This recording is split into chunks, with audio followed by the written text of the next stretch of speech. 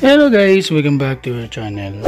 Alright guys, so tuturuan ko kayo kung paano magbukas ng nakalak na doorknob. Yung nawalang susi, yan. So kapag nakalimutan nyo yung susi sa loob ng kwarto or sa loob ng bahay, so tuturuan ko kayo kung paano mabuksan yung doorknob. So ito, meron kaming parang lever type na doorknob. Meron din kasi yung bilog, pero same lang naman to lahat guys, kasi ang gilid niya ay ganito. Okay, so ayan. So as long as meron ganito, parang meron siyang ito, yan. So pwede nating mabuksan na nakalock yung door. For example, ito, yan, ilalock natin itong yung door. Yan. So, lock na siya. Kasi ito pag hindi nakalock. Yan. So, okay, bubuksan. Pero ito, lock natin. Okay, yan, nakalock. Sasarado natin itong kwarto. Alright, yan. So, nakalock na siya. So, ngayon guys, ang gagawin natin is kukuha lang kayo ng yung card, ATM card, or any card na kahit yung sa SIM card, pwede yun. O yung ATM card na hindi nyo na nagagamit. Ito kasi expired na tong ATM ko. So, ito yung gagamitin natin. Mas maganda guys yung medyo manipis ng konti. Tsaka hindi naman sobrang manipis. Hindi rin sobrang makapal kasi hindi siya papasok dito sa gilid. Okay? So, ayan. So, nalock na natin to siya guys. Ngayon, bubuksan natin to gamit itong ating ATM card. Alright.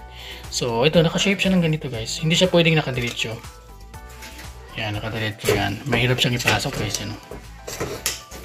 Hirap yan. Hindi natin mapapasok yan. So, ngayon ang gagawin natin guys is itong ating ATM card guys is ipapattern natin yan dito sa gilid ng itong door frame.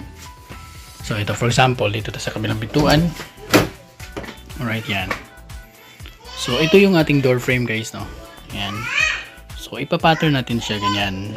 So, dapat yan. So, dapat nakaganyan siya. Okay? Yan, papattern nyo lang. Kasi nandito nga yung naglalak ng door. So, ang gagawin natin is dito tayo sa ibabaw. I-slide natin yung ganyan. Pagka-slide niya guys, is ibababa natin siya ng konti. Bababa natin hanggang siyang makapunta dito banda, kasi nga meron dito yan, ito. So mangyayari guys is habang binababa natin yan is yan, ito, papasok siya dito. Okay, pagkapasok niya dito, ipupush lang natin tong ating yan, pupush lang to. Pag na-push yan, mag-open yan.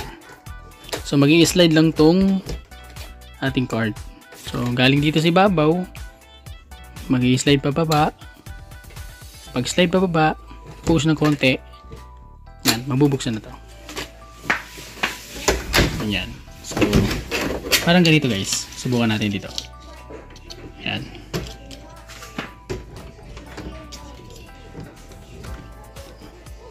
Yan, ganyan ba? So, push natin ng konti. Yan. So, yan. Okay? So, yun, nakabukas yun. Alright, so dito naman tayo sa kabila. Ito is nakalock talaga. So, try natin. Buksan. So, dito muna tayo sa ibabaw. Pasok muna natin itong card. Ito yung pinaka-importante is makapasok yung card. Medyo nahihirapan ako kasi isang kamay lang ako. Ito yung pinaka-importante is dapat mapapasok yan. Alright, sorry, hindi na kunan ng camera.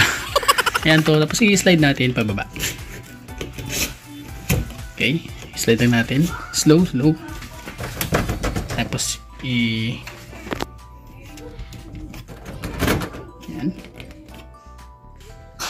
yan guys. So dapat